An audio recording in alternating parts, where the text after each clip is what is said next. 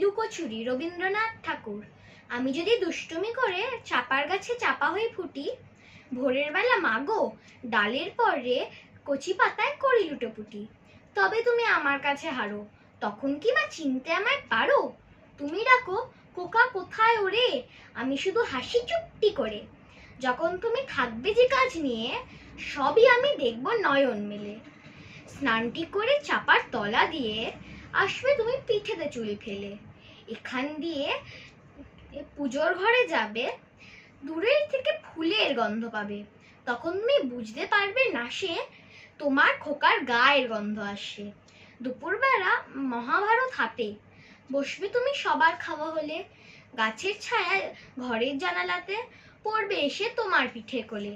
আমি আমার ছোট্ট ছায়াখানি দোলাবো তোর বইয়ের পরে আনি। তখন তুমি বুঝতে পারবে না সে তোমার চোখে খোকার ছায়া ভাসে।